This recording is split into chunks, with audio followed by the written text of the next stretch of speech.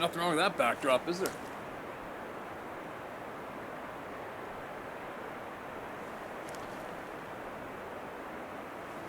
Big mountain there. Snow level's coming down on it. Temperature's dropping, man. Just saw a few deer over the hill over there. Saw that backdrop. Pulled the truck over. Figured I better stop and read another one. Let you guys check this country out. Hope you can hear me okay from here. I've never talked to a single soul about this. I ask for your kindness to keep my identity secret, as I have a lot to use. I live in Utah, born and raised in Valley. I'm gonna keep, if you don't want anything found out, then you just keep your location secret too, okay guys? I grew up rock climbing here. I'm actually shaking just revisiting this memory. I was 19. I'm 45 now. And I decided to go check out a new crag that all the local climbers are raving about. It was called Hamburger Hill.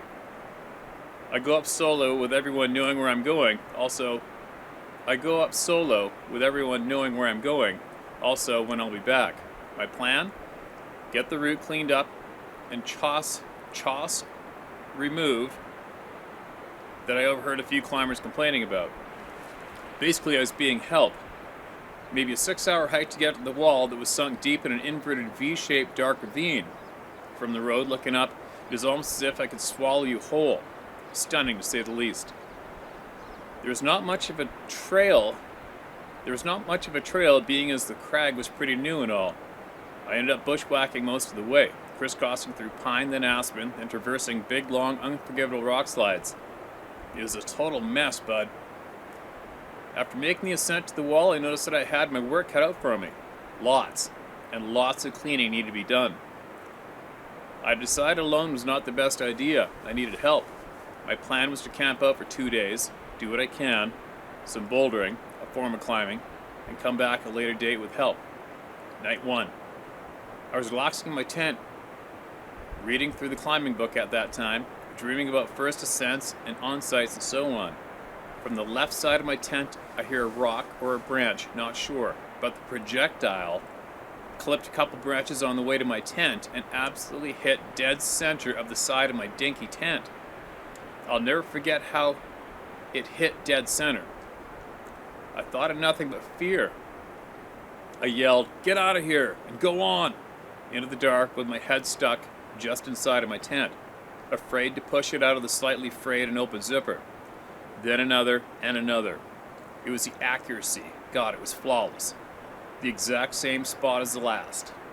I could not hold together, questions running at Mach speed through my head. I started crying. Then silence.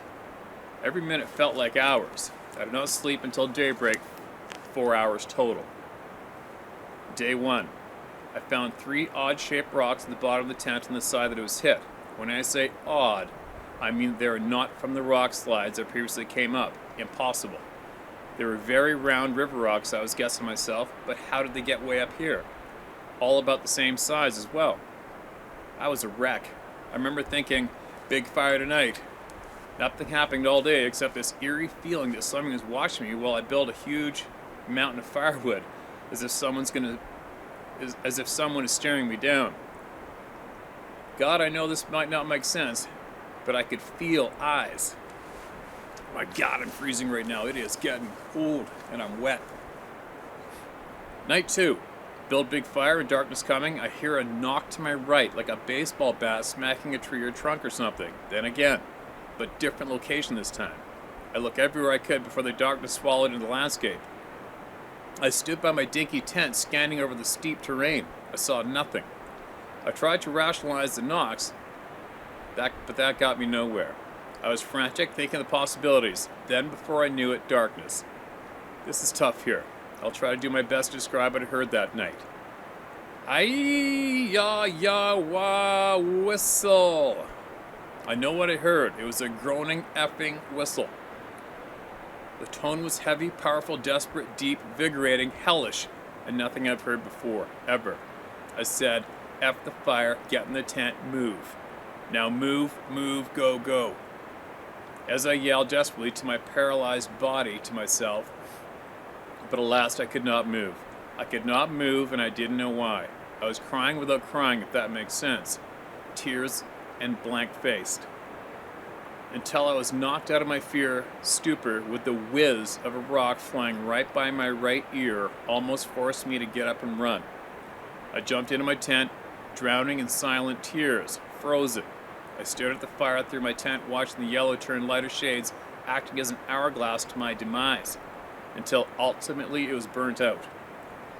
I could not feed the fire from fear. The glow of coals remained as the sounds that night drove me mad. I could never explain.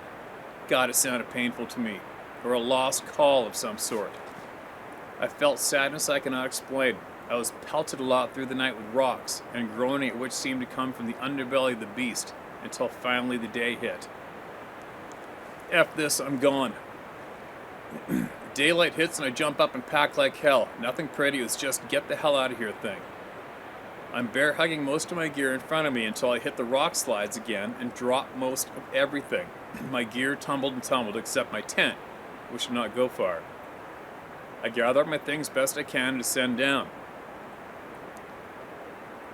With my shins cut up and bleeding from my pants, I stopped to assess the wounds. At one moment, I decided to turn around.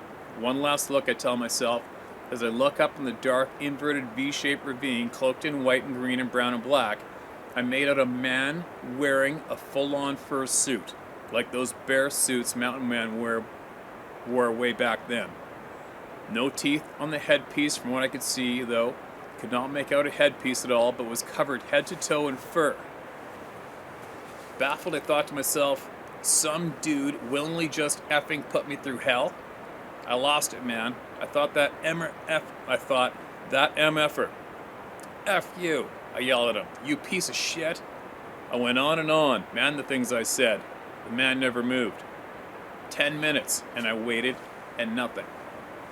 I turned around, instantly relieved, but still gonna hike out of there to call for a ride. This whole time, it was a mountain man? I told myself. But why the big coat, I thought? It is midsummer. I hiked 8 to 10 hours-ish down and out of Logan Canyon to a phone to call for a ride from my mom.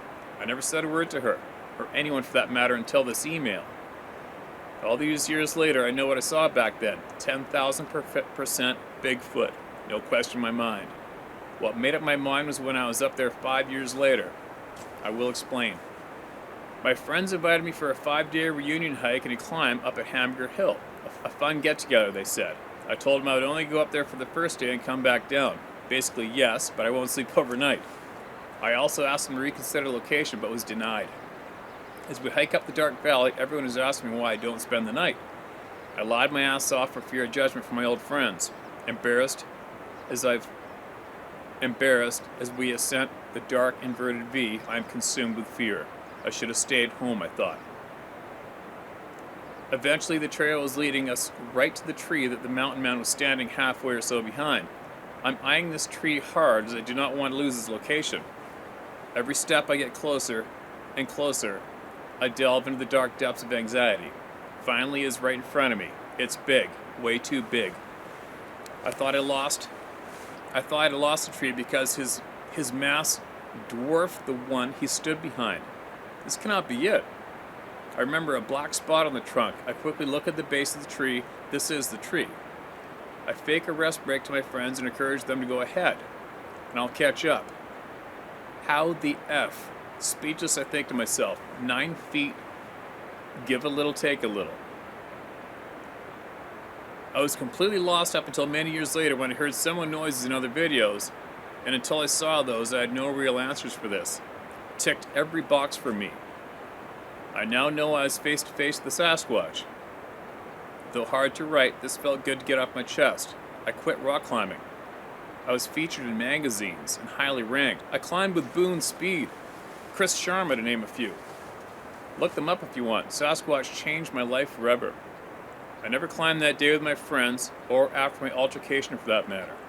I sold my climbing gear, and I have lived with depression and anxiety issues up to this very day. I am now an archer. For all my fellow stick flingers out there, Matthews TRX 38, baby. Slowly I'm working on getting the strength to get to the woods to hunt. It is not easy to share these secrets of mine, so thank you for this platform. and for the inspiration to get back out in the woods. Thank you for keeping my identity private, and especially reading my story. There you go. Your email is a dead ringer classic example of why I'm standing here freezing my ass off in front of this stupid camera reading emails. It is just such frickin' bullshit that we're not informed honestly about the fact these beings running around here. It's bullshit. When I hear of people who are passionate about the outdoors like you and good at it, and all that passion and all those awesome skills get absolutely annihilated in a matter of seconds, all because you're seeing something that you were taught to believe was a joke. That just makes me want to go find the pricks that are responsible for that and kick them in the nuts as hard as I can. And I do not understand why everybody doesn't feel the same way as I do about that. Especially the frickin' stupid Sasquatch community. You know, they're all out there squabbling with each other with their little fragile egos, wanting to be the best or prove this or the first to do that. And meanwhile, they're just missing it altogether. It's about every single person out here who was born innocent on the face of this planet and has a crack at living an awesome, fun life and being passionate, finding out what they're passionate about and what they're good at it, and doing it. And to have that all thrown in the garbage because there's a bunch of pricks out there who aren't honestly informing society. And then you got the stupid pricks on television shows acting like a bunch of morons who do not care about you or other people like you or me or the tens of thousands of people that are having problems because of what they saw. They're helping, assisting, and making a mockery of it.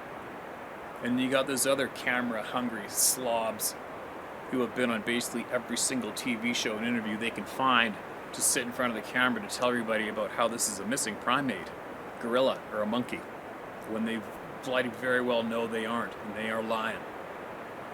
See, I'm getting pissed off again. Like I said before, I don't run around pissed off. It's emails like this that just make me growl. Oh, it's such a piss off. But anyway, I gotta get home. I'm tired. It's cool you're an archer, but you know what? I don't know if my words are gonna make any difference. You need to.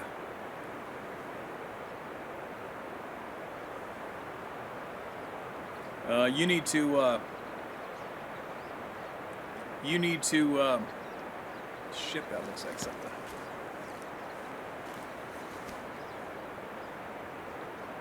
Anyway, sorry. You need to, I would strongly suggest that you get all your climbing gear back, go borrow some, go with your friends and go climb. You're good at it, you're passionate about it, and that shit feeds your soul, man. You know, archery's good too, but it's not going to be a replacement of that climbing, is it? Just get out there and do it. I'm not into climbing. I didn't even have a clue what you're talking about. Some of those words, right? I absolutely have no experience with climbers and climbing. But if I did, I'd go with you. If I did, I'd go with you and help you get over that hurdle. Because let's face it, that dude wanted you to get the hell out of there. That's all he wanted you to do. He just wanted you to leave. That's it. If he wanted to kill you, you wouldn't have heard one whiz. There would have been nothing would have hit your tent. You would have been dead. Okay? So make sure you replay that in your head. Make sure you convince yourself that big son of a bitch didn't want to kill you. Okay? He just wanted you to leave. You can always go back there again. Obviously, it's not being a bit much just to throw yourself right into that exact same spot again. But do what I tell to other people. Just try it. Get all your climbing shit. Just go somewhere else and test the water. Get in there. Feel the pressure. If you feel any pressure, let's go home. Go somewhere else. Try another spot. Try another day. And go back there again until it's green light. You'll know when it's green light. Not one hair on your neck's going to stand up. You're going to feel good, and you're going to easily focus on what you came to do. It's that very, very, very rare moment when one of these things is around and it locks its gaze on you and it wants you to know it, and every single hair in your body is going to turn to wire. And you know, sometimes I'll get creeped out. I've had wolves do it to me. I've had bears do it. I've had deer do it to me. I've felt and looked over and there's a deer locked on me, right? And all those things trigger your sixth sense.